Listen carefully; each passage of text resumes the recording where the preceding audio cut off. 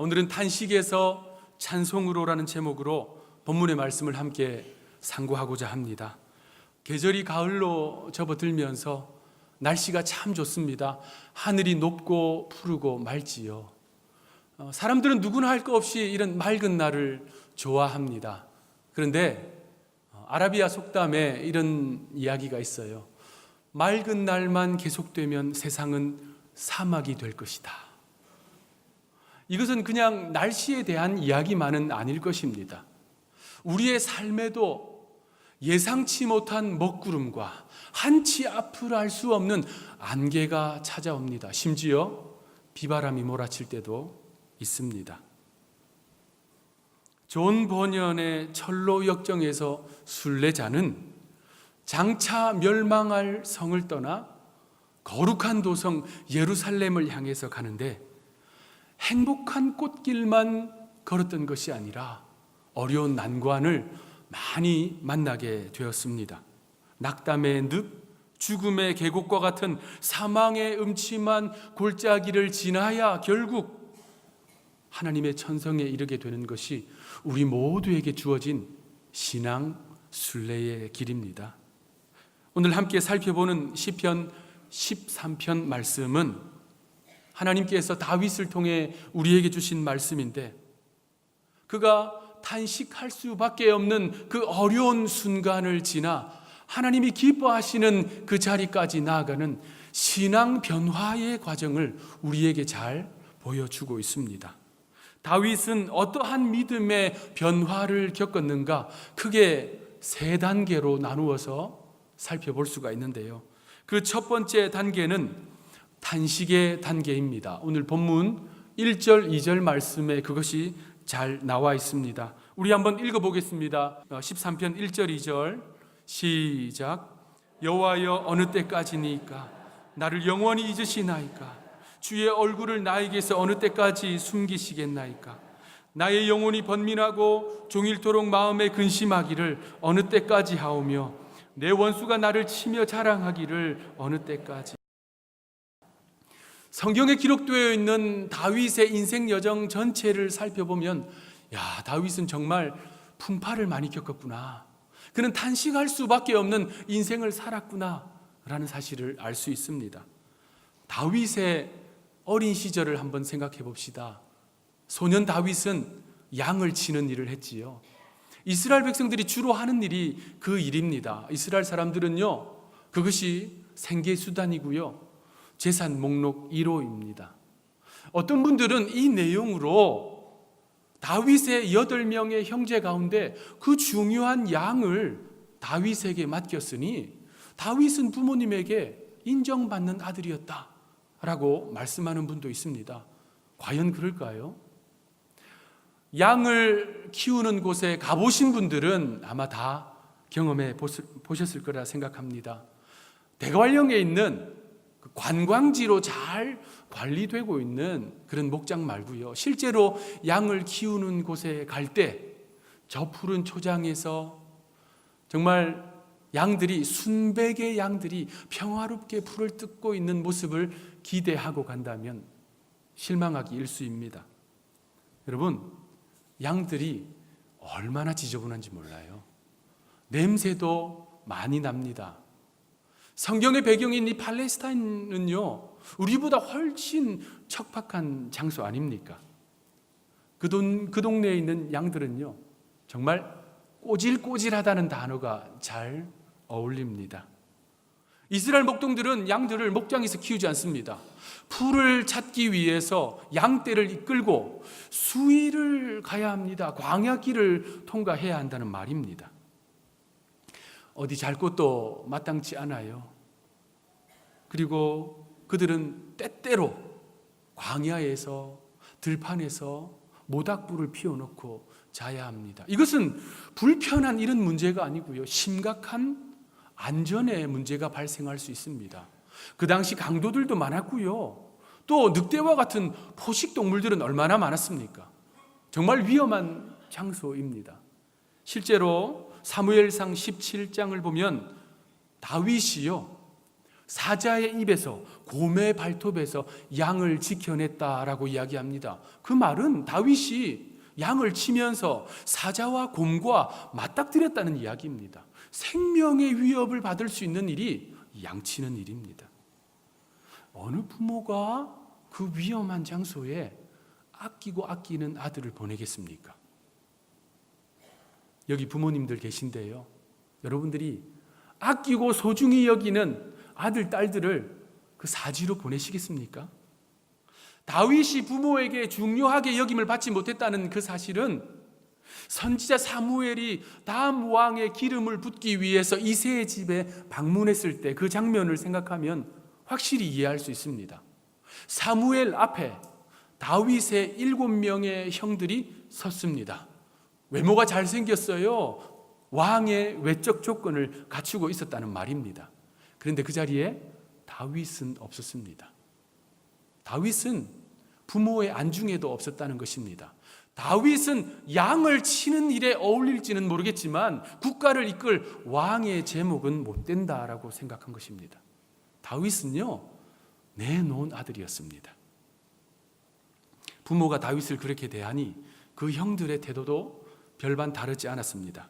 시편 69편 8절에 보면 다윗이 이렇게 고백합니다. 내가 나의 형제에게는 객이 되었고 나의 어머니의 자녀에게는 낯선 사람이 되었나이다. 다윗은 어릴 때부터 그 부모로부터, 형들로부터 그런 취급을 받았다는 것입니다. 그러한 성장 배경을 가지고 있는 성도들이 있다면 아마 다윗의 이 마음을 잘 이해하실 것입니다. 이것은 깊은 상처와 아픔이 됩니다. 다윗은요, 탄식할 수밖에 없는 성장 배경을 가지고 있습니다. 세월이 흘러서 다윗이 성장했습니다. 그는 사무엘로부터 기름 부음을 받았고 사울에게 부름받아서 궁정에서 일을 하게 되었습니다. 그러나 얼마 있지 않아서 반역자로 몰렸고요, 사울 왕에게 쫓기기 시작했습니다. 무려 10년 동안 쫓겼습니다. 사울이 혼자 쫓지 않았어요. 3,000명의 군대를 이끌고 쫓았습니다. 사울이 반역자 다윗을 쫓는 그 일에 아무 군인들이나 뽑았겠습니까? 그렇지 않아요. 자신에게 목숨 걸고 충성할 수 있는 사람들을 뽑았을 것입니다. 이스라엘의 지리를 잘 알고 용맹한 군대를 모았습니다. 오늘날로 말하면 특수부대를 만든 거예요. 특공대입니다. 사울은 3,000명의 특공대를 이끌고 다윗을 10년 동안 쫓아다녔습니다. 이스라엘 땅의 전체 면적해봐야 우리나라 강원도만 해요. 우리나라 강원도 높은 산이 얼마나 많습니까? 깊은 계곡도 많아요. 그런데 이스라엘 땅은 광야의 나라 아닙니까? 어디 숨을 곳이 마땅치 않은 것입니다. 이렇게 숨어도 찾아오고 저렇게 숨어도 찾아오니 다윗이 정말 힘든 세월을 보낸 것입니다. 성경에 나오는 다윗의 도주 행로를 쭉 살펴보면요, 숨을 곳이 없어서 토굴에 숨고 바위 틈 사이에 숨었습니다. 10년 동안 도망자의 세월을 보낸 다윗이 잠은 제대로 잤겠습니까? 밥 한 끼 편하게 먹었겠어요? 그 당시 다윗의 행색이 어땠는지 우리가 상상하는 것은 어렵지 않습니다. 씻기를 제대로 했겠어요? 그의 몰골이 어떠했겠습니까? 간혹 다윗을 도와주는 사람과 마을이 있었어요. 그런데 어김없이 이 다윗을 도와주는 그 사람과 마을을 사울이 찾아가 학살했습니다. 그래서 도움을 받을 수도 없었던 것입니다.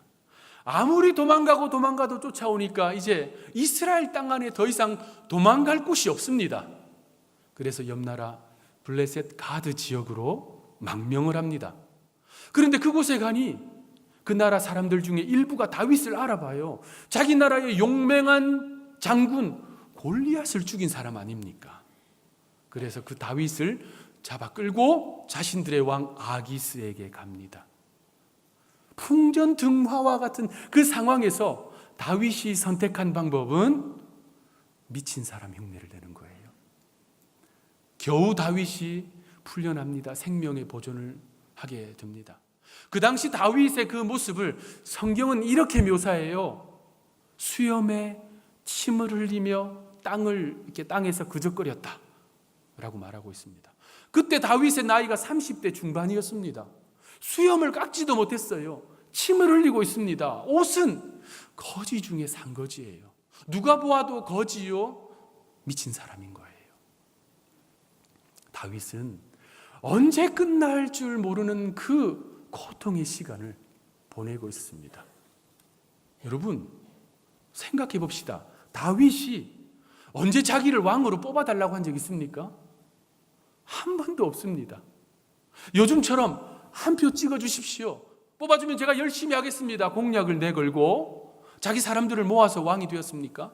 아닙니다. 다윗은요, 왕이 되기를 생각지도 않았고 바라지도 않았습니다. 하나님이 그를 불렀고 그에게 기름 부어 세운 거 아닙니까? 그런데 그 길에 하나님이 불러 세운 그 길이 이렇게 고통스러운 거예요. 탄식할 만한 일입니다.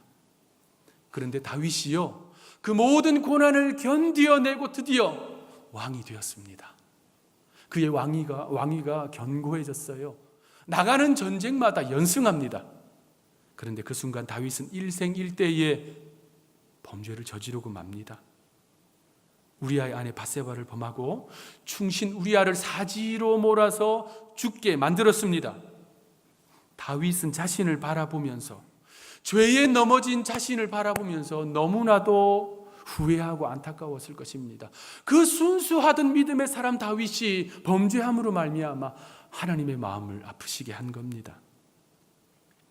우리도 믿음의 길을 가다 보면 쓰러지고 넘어질 때가 있습니다. 자신의 신앙 연조를 볼 때, 교회 직분을 볼 때, 사회적 위치로 볼 때, 가족 간의 관계를 볼 때, 이만한 죄는, 이만한 유혹은 척척 이기고 넘어가야 되는데 연신 사단의 유혹에 쓰러지고 넘어지는 자신을 보면서 실망합니다. 낙심해요. 가슴을 치고 후회해 봅니다. 다윗은요, 자신의 그 연약함과 죄의 무게로 탄식할 수밖에 없을 것입니다. 여러분 기억하십시오. 다윗이 골리앗을 대면하고 있을 때는 범죄하지 않았습니다. 다윗이 10년 동안 광야에서 쫓길 때는 그는 절대로 죄를 짓지 않았습니다. 여러분 생각해 보십시오. 여러분이 언제 가장 은혜를 받았든지, 언제 가장 하나님 앞에 뜨거운 눈물을 흘렸던지를 생각해 보십시오. 고난이 찾아오고 어려움이 나의 삶에 있을 때, 육신의 질병으로 고통당할 때, 그 순간 그래도 하나님을 붙들려고 믿음으로 발버둥치는 그때에 내 마음에 은혜가 넘쳤고 하나님이 가까이 계시다는 그 사실을 느끼지 않았습니까? 여유롭고 편안하고 안정적인 순간, 하나님을 잊어버리는 그 순간이 바로 나를 넘어뜨리는 원수 마귀를 가까이서 대면하게 되는 것이 변하지 않는 영적 원리입니다. 다윗의 노년은 어떠합니까? 사랑하는 아들 압살롬, 눈에 넣어도 아프지 않을 것 같은 그 아들, 온 백성이 흠모하는 너무나도 잘 키운 그 아들 압살롬이 아버지를 배신합니다. 신뢰를 했던 사람으로부터 배신당해 본 적이 있으십니까? 그 쓰라린 배신감과 절망감, 그것을 다윗은 뼈저리게 느끼고 있는 것이에요. 그 영혼 깊은 곳에서 올라오는 그 탄식을 다윗은 스스로 제어할 힘이 없습니다. 인생은 맑은 날이 아니라 비바람이 몰아치는 날, 천둥번개가 치는 날, 삶의 문제가 잘 안 풀리는 날이 연속적으로 다가올 때가 참 많습니다. 그 어려움은 우리에게도 찾아옵니다. 건강에 문제가 생겨요. 실직을 당하게 됩니다. 가세가 기울고 사업장이 위기에 빠집니다. 집안이 불화가 일어납니다. 영혼의 안식처 교회마저 큰 어려움에 빠집니다. 여러분의 일터에서 일상적으로 겪는 어려움은 어떻습니까? 예전에 그런 영화 제목이 있었어요. 적과의 동침이라는 영화가 있습니다. 보지는 못했지만 그 영화 제목은 기억합니다. 그 제목처럼 우리가 피하고 싶지만 피할 수 없는 사람들을 만나고 만나게 됩니다. 만나고 싶지 않은 직장 상사를 만나게 됩니다. 다시는 엮이고 싶지 않은 거래처 사람이 있습니다. 사납게 몰아세우고 차마 입에 담지 못할 말들을 나에게 사정없이 아무렇지도 않게 쏟아내는 사람이 가까이서 함께 일을 합니다. 돈이나 승급을 미끼로 함께 죄를 짓자는 사람이 있습니다. 우리를 못 잡아먹어서 안달인 사람, 나의 약점을 잡아가지고 자기 마음대로 조종하려고 하는 사람들이 왜 우리 주변에 있습니까? 어떻게 하면 이런 사람들을 안 만날 수 있습니까? 제가 단언컨대 여러분들이 무덤으로 가는 순간에 그 사람들을 안 만나게 될 것입니다. 문제는 이런 여러 가지 인생의 우환이 한 가지만이 아니라 복합적으로 우리에게 다가온다는 것입니다. 숨이 턱턱 막히는 거예요. 인생은 멀리서 보면 희극이고 가까이서 보면 비극이다. 찰리 채플린이 남긴 말인데요, 참 일리가 있는 말입니다. 주일 예배 시간에 예배 안내를 사회를 할 때 우리 강당 예배당 1층과 2층의 성도들을 이렇게 쭉 한번 돌아봅니다. 아직까지 제가 시력이 그리 나쁘지 않아서 2층에 계신 성도님들 얼굴과 표정까지 볼 수 있습니다. 면면을 살펴보면요, 인물들도 수려하시고 또 얼굴도 다 평안해 보여요. 옆에 있는 분들 한번 보세요. 얼마나 평안한지 이미 삼층천에 가신 분들도 있습니다. 네. 평안해 보이시죠? 한번 따라합시다. 옆에 분 보시면서 설교자의 말이 거짓말이 아닙니다. 그런데 맡고 있는 교구 각 가정들을 찾아가 신방해보고 그분들로부터 이렇게 대화를 하고 마음에 있는 이야기를 듣고 기도 제목을 듣다 보면 정말 이 가정은 이런 어려움 때문에, 저 가정은 저런 어려움 때문에 고통을 겪고 있구나, 이런 생각이 듭니다. 물론 비교적 이 가정이 이 가정보다 훨씬 어려운 문제로 정말 매우 다급하고 위중한 상태에 있는 것은 이해가 됩니다. 그런데 작은 문제라고 생각되지만 그것 때문에 그분이 힘들어해요. 신방을 하다가 그 신방을 받는 분이 이런 어려움이 있습니다, 힘듭니다, 기도 제목을 내놓으면 그 찰나를 놓칠세라 바로 옆에서 이야기를 탁 치고 들어옵니다. 그거 아무것도 아니야, 난 훨씬 힘들어. 아니요, 그거 아무것도 맞습니다. 그분이 그것 때문에 힘든 거거든요. 어떤 청년이 쓴 글을 제가 읽어봤어요. 제가 생각할 만한 글이더라고요. 당신이 나보다 더 힘든 것은 알겠는데 내가 그것을 안다고 내가 안 힘든 것은 아니야. 상대방이 더 힘든 거 알겠는데요, 나는 여전히 힘들다는 거예요. 모든 사람은 지금 자신이 겪고 있는 그 문제가 가장 힘들고 무겁고 절실한 것입니다. 다윗의 지금 상태는 하나님의 구원의 손길을 기다리고 있는데 그 구원의 그림자조차도 보이지 않는 것이 다윗이 단식할 수밖에 없는 이유입니다. 사람들이 그러한 단식의 문제를 만나면 즉각적으로 보이는 반응이 있어요. 누구 때문이야? 이 원망할 사람을 찾습니다. 내가 이렇게 아픈 것은 그 사람 때문이야. 더 정확한 표현으로 그 인간 때문이야. 그 인간이 나를 지금까지 속을 썩이니 내가 이렇게 아플 수밖에. 내가 이러한 경제적인 어려움을 겪는 것은 저 사람 때문이야. 그 사람만 아니었다면, 그 일만 안 만났다면, 그 환경만 없었다면 원망으로 세월을 일수합니다. 마음의 평안함은 깨지고요, 신앙은 흔들립니다. 회의감이 찾아오고 심지어 하나님마저 원망합니다. 그래서 불신앙의 길로 가는 사람도 있습니다. 그런데 여러분, 다윗이 믿음의 사람인 것은 그는 탄식할 수밖에 없는 그 절망의 자리에서 원망으로 끝나는 것이 아니라 하나님을 앙망하는 자리까지 나아갔다는 것입니다. 그것이 다윗이 두 번째 나아간 단계, 기도의 단계입니다. 다윗은 큰 어려움을 겪고 탄식하고 있습니다. 오늘 본문 1절, 2절에 보면요, 다윗이 반복적으로 하는 말이 있어요. 우리 성경에도 나오지만 영어 성경에는 보다 정확하게 번역이 되어 있습니다. 이 표현이 4번이나 반복으로 나와요. How long?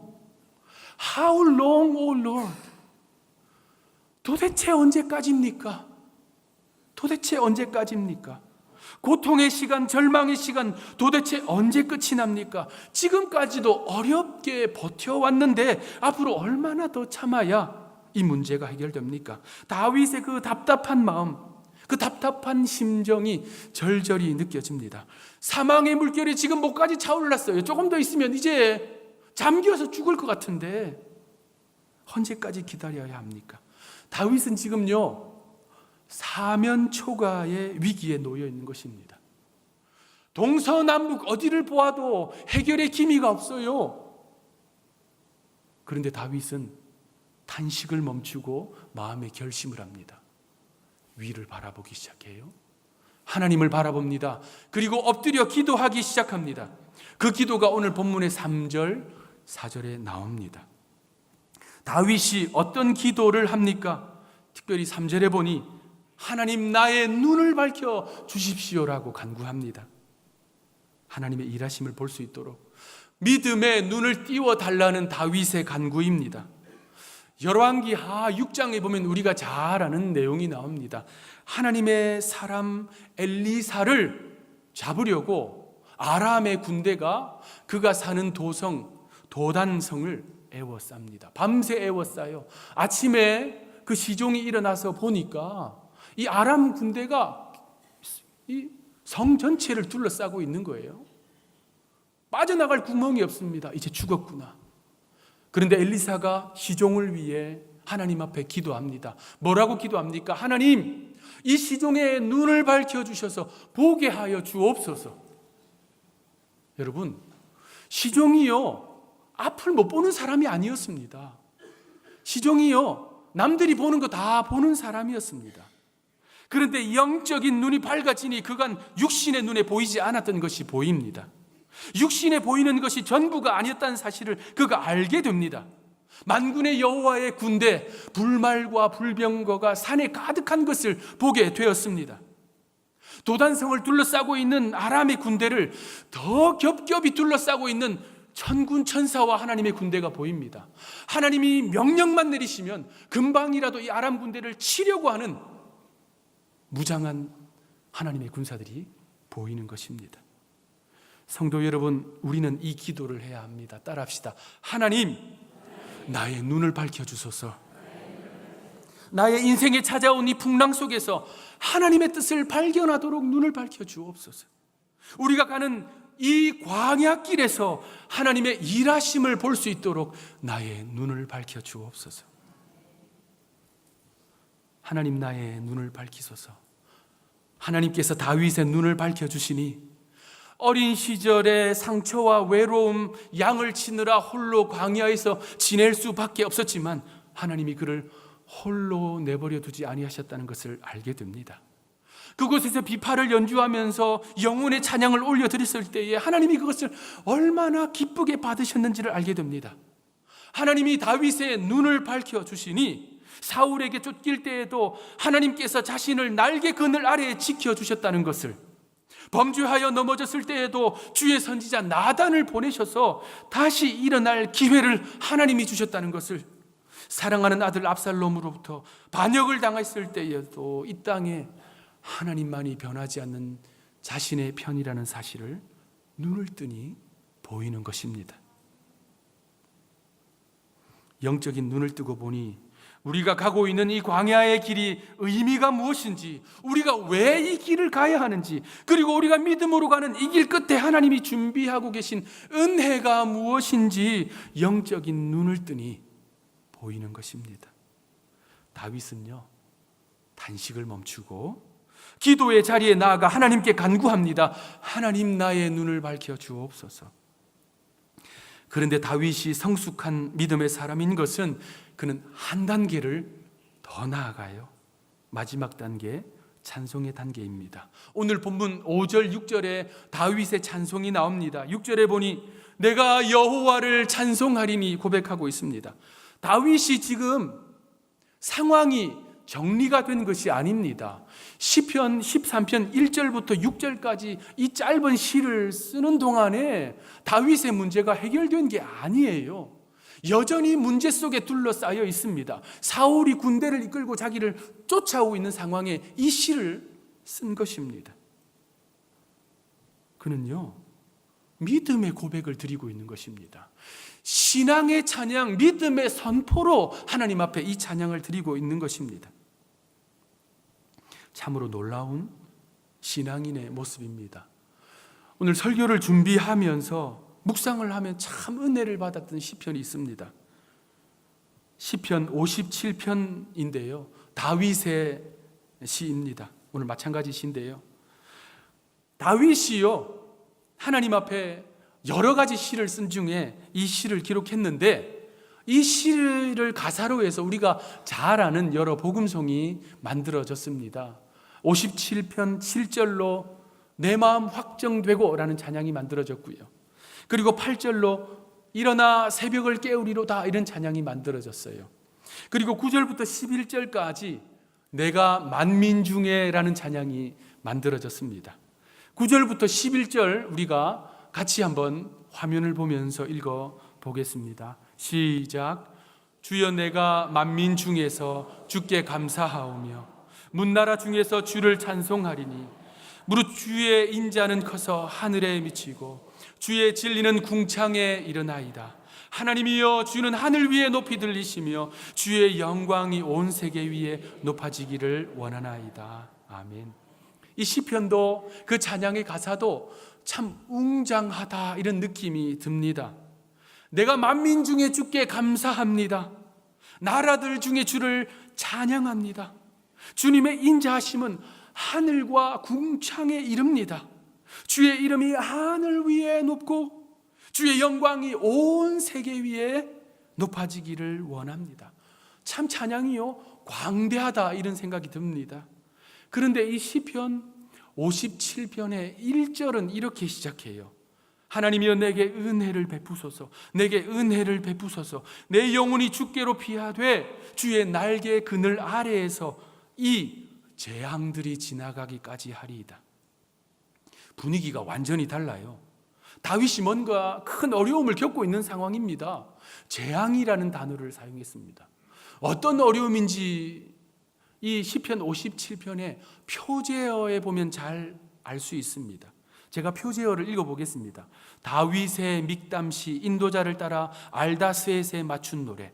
그리고 중요합니다. 다윗이 사울을 피하여 굴에 있던 때에. 시편 57편을 언제 썼다고요? 동굴 안에서 썼다는 것입니다. 이 시편도 마찬가지 오늘 설교 본문 시편 13편과 마찬가지로 사울의 군대에게, 사울의 특공대에게 쫓길 때 쓴 시입니다. 다윗이 쫓기다가 유대 광야의 어느 동굴에 들어갔습니다. 성경은 그 동굴을 아둘람 굴이라고 기록하고 있어요. 그 동굴에 들어가서 그가 뭐 했느냐? 시를 썼다는 거예요. 시를 써서 하나님을 찬양했다는 것입니다. 밖에는 완전 무장한 군인들이 자기를 찾고 있습니다. 얼마나 다급한 상황이에요. 그리고 동굴의 환경이라도 좋습니까? 환경이 척박하잖아요. 그 척박한 환경에서 그는 하나님을 바라보면서 이 시를 기록했습니다. 홀로 동굴에 숨어 있으면서도 만민과 나라 위에 높으신 하나님을 찬송합니다. 도망치는 도망자의 신분으로 있지만 주의 이름이 하늘 위에 높아지기를 고백합니다. 한 줄기 빛도 들어오지 않는 그 캄캄한 동굴에서 주의 영광의 빛을 노래하고 있습니다. 그는 이렇게 고백하는 거예요. 하늘 위에 주는 높이 들리며 주의 영광은 온 세계 위에. 할렐루야. 여러분, 온 민족과 열방을 향한 그 영광스러운 찬양을 동굴에서 웅크리고 앉아 다윗은 부르고 있는 것입니다. 성경의 믿음의 선진들의 찬송 소리를 들어보십시오. 고난의 한복판에서 부른 욥의 찬송입니다. 주신 자도 여호와시요 취하신 자도 여호와시오니 여호와의 이름이 찬송을 받으실지니이다. 예레미야가 죄인의 신분으로 몰려서 시위대 뜰 안에 갇혀서 언제 죽을 줄 모르는 그 상황에서 그는 이렇게 하나님에 대해서 선포합니다. 이를 행하시는 여호와, 그것을 만들어 성취하는 여호와, 그의 이름을 여호와라 하는 이가 이와 같이 이르시도다. 이를 행하기는요 묶여 있습니다. 죽을 위기에 처해 있어요. 바울과 실라는 빌립보 감옥에 갇혀 있습니다. 그들은 매를 맞았고 착고에 채여 있지만 그들 입에서 터져 나오는 찬송을 그 누구도 막을 수가 없었습니다. 찬송할 만한 상황이 아니에요. 이들의 모든 찬송의 공통점은 고통 중에 부른 찬송입니다. 눈물의 찬송이에요. 어떤 때는 피눈물을 흘리면서 하나님 앞에 찬송하는 것입니다. 왜 이러한 찬송을 도대체 부르는 것입니까? 그것은 이 고통의 문제보다 하나님이 크신 분이라는 것을 확실히 믿기 때문입니다. 이 고통과 눈물을 닦아주실 분이 하나님이라는 사실을 그들이 분명히 신뢰했기 때문입니다. 현실을 넘어서는 믿음의 찬양입니다. 육신의 눈에 보이는 상황은 변함이 없어요. 그러나 현실을 넘어서는 찬송을 드릴 때에 그 찬송은 하나님의 귀에 들릴 뿐만 아니라 그 찬송으로 말미암아 영적인 질서가 새롭게 잡힙니다. 현실을 넘어서는 믿음의 찬양을 드리니 현실의 삶이 변화되는 것이 성경의 영적 원리입니다. 욥은 하나님께서 그에게 복을 주사 과거의 그 모든 고통을 다 잊도록 당대 최고의 복을 받게 됩니다. 감옥에 갇혀있던 예레미야는 하나님이 들어서 존귀하게 만들어 주셨습니다. 바울과 실라의 찬양으로 빌립보 감옥의 터가 흔들렸고 옥문이 열렸습니다. 그리고 그들은 그곳에서 생명의 복음을 전하게 됩니다. 본문의 다윗도 마찬가지입니다. 하나님은 다윗의 믿음의 찬송을 들으시고 그의 삶과 환경을 변화시키사 존귀한 자리에 이르게 해 주셨습니다. 말씀을 정리하고자 합니다. 사랑하는 성도 여러분, 여러분의 신앙의 현 주소가 어디입니까? 인생의 고통의 문제로 단식의 자리에 머물러 있습니까? 그저 원망의 대상을 찾고 있습니까? 그 단식의 자리를 털고 일어나 여호와를 앙망하는 기도의 자리로 나아가시기를 주님의 이름으로 축원합니다. 우리 교회가 내일 월요일부터 금요일까지 특별 새벽 기도를 합니다. 하나님이 여러분들을 기도의 자리로 초청하고 계신 것입니다. 기도의 자리에 나아가 하나님, 나의 눈을 밝혀주소서 기도하시기 바랍니다. 영적인 눈을 밝혀주시기를, 하나님의 뜻과 일하심을 볼 수 있도록, 그 능력의 손길을 볼 수 있도록 기도하시기 바랍니다. 그리고 내가 지금 직면하고 있는 인생의 고난의 파도와 고통의 비바람을 넘어서는, 환경을 넘어서는 믿음의 찬송을 드리시길 바랍니다. 오늘 이 예배의 자리가 탄식에서 기도로, 기도에서 찬송으로 나아가는 영광의 결단이 있기를 우리 구주 예수님의 이름으로 축원합니다. 기도하겠습니다. 하나님 아버지, 우리에게 주어진 인생의 무게와 예상 못한 고통의 문제들이 견디기 힘들 때가 많습니다. 그러나 그때 우리가 원망함으로 세월을 보내는 것이 아니라 하나님을 앙망하게 하여 주옵소서, 기도하게 하여 주옵소서, 주님 우리의 눈을 밝혀 주옵소서, 나에게 주어진 이 상황을 믿음으로 해석할 수 있는 눈을 주시옵소서. 절망스러운 현실, 탄식의 이유가 되는 상황을 보지 않고 하나님의 능력의 오른팔을 볼 수 있도록 우리의 눈을 밝혀 주옵소서. 하나님이 나를 지키시기 위해, 우리 교회를 도와주시기 위해 보내주신 천군 천사와 불말과 불병거를 볼 수 있도록 하여 주옵소서. 더 나아가 믿음의 찬송을 올려드리게 하여 주옵소서. 그 찬양으로 하나님을 감동시켜드리는 우리 모두가 되기를 원합니다. 이 광야길에서 찬송이 멈추지 않는 우리 성도들 되게 하여 주옵소서. 철로 역정을 마칠 때까지, 그래서 저 천성에 이를 때까지 하나님을 향한 믿음의 찬송을 멈추지 않는 우리 모두가 되게 하여 주옵소서. 우리의 영원한 찬양의 이유가 되시는 예수님의 이름으로 기도하옵나이다. 이제는 우리 구주 예수 그리스도의 은혜와 하나님 아버지의 사랑과 성령의 교통하심이 탄식의 자리를 떨쳐 일어나 여호와를 앙망하는 기도의 자리로 나아가 주님 앞에 간구할 뿐만 아니라 영광스러운 믿음의 찬양을 올려드리기를 결단하는 주의 권속들과 우리 교회 위에 이제로부터 영원토록 함께 하시기를 간절히 축원하옵나이다. 아멘.